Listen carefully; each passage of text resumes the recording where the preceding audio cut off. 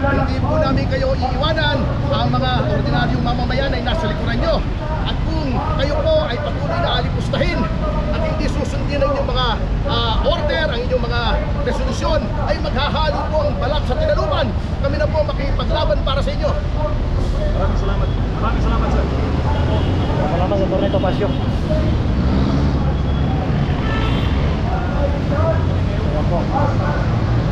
So malapit na po tayo, malapit na tayo.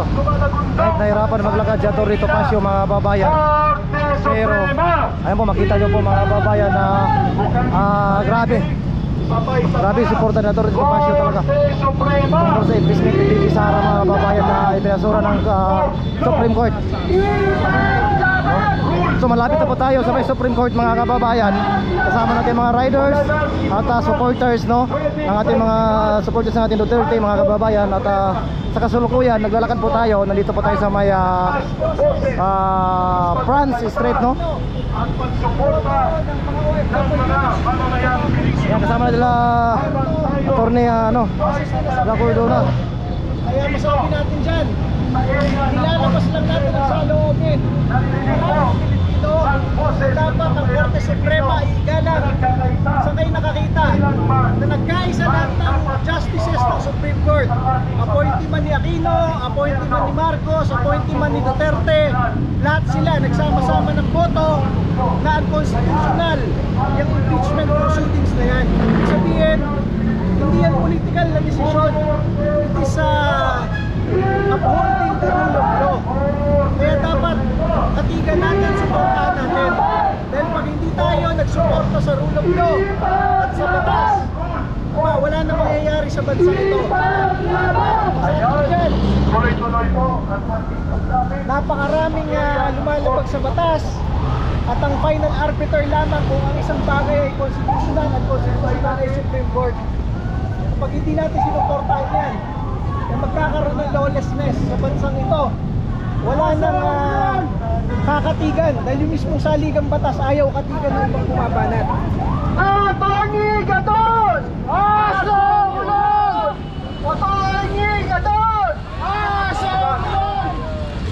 Wait natin ang mga riders. Sabay-sabay tayong papasok sa loob ng area. Kaya natin sa bayan. At saka sa katiwalian.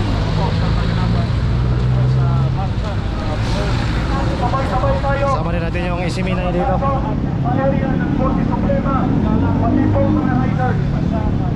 So, pati-tipo na ang ating mga kabayan. Sama natin mga kapatid na Muslim, mga kababayan.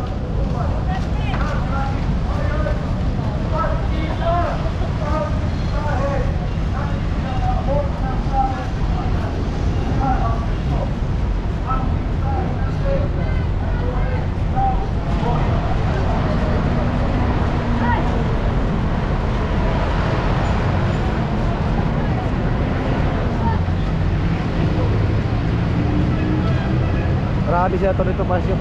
Solid talaga, mga kababayan. Shoutout sa ating mga supporters yan. Ayan, oh. Solid yan sila, oh. Mga kapatid nating Muslim. Kasama dito, mga kababayan.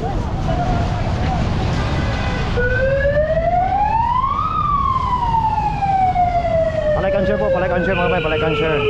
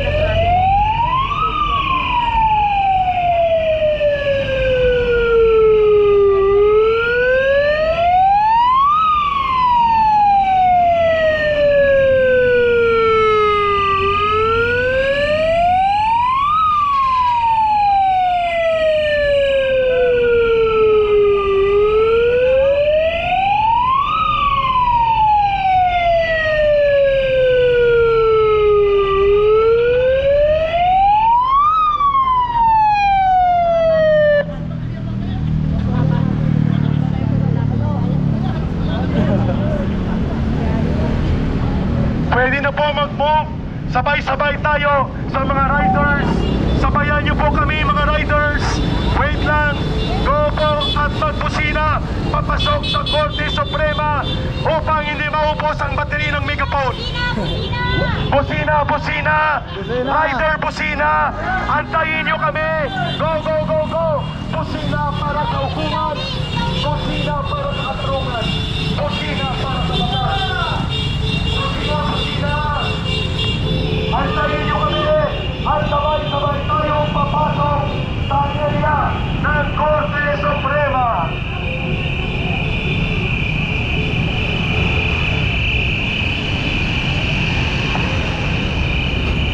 Ayan, mga kabatirang riders, patulungin ang busina, antayin niyo kami, at sabay-sabay tayo sa tutulog sa Korte Suprema.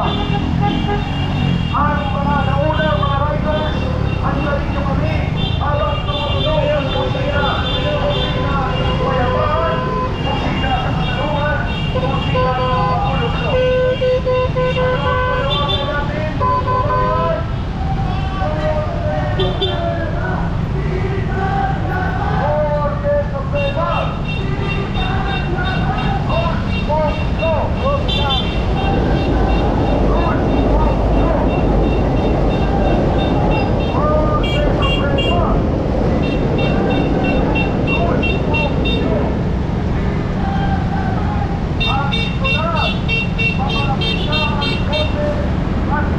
Palay guys, palay cancer po. Upang suportahan ang tangkol at ating ipaglaban ang integridad ng Korte Suprema at ang pagbabaw ng tinatawag na rule of law. Ngayon, nasa taksilan ninyo sa lansangan ng Maynila ang panawagan ng taong bayan, Korte Suprema. Korte Suprema! Rule of law! Ayun! Maya-maya po ay nasa harapan na tayo ng Korte Suprema kung saan ang nagkakaisang boses ng mamamayang Pilipino ay maririnig sa harap mismo ng bulwagan ng kataas-taasang hukuman na ang boses na ito nananawagan ng panawagan na Korte Suprema. Ipaglaban! Sabay-sapa, Korte Suprema. Ipaglaban! Rule of law. Ipaglaban! Rule of law. Ipaglaban! Larigadon, bobo na, asong ulol. Larigadon, bobo ulol. Muli, gusto nating ipakita na nagkakaisa po ang sambayanang Pilipino. Ayan, pwede na magbusina. Sige, busina.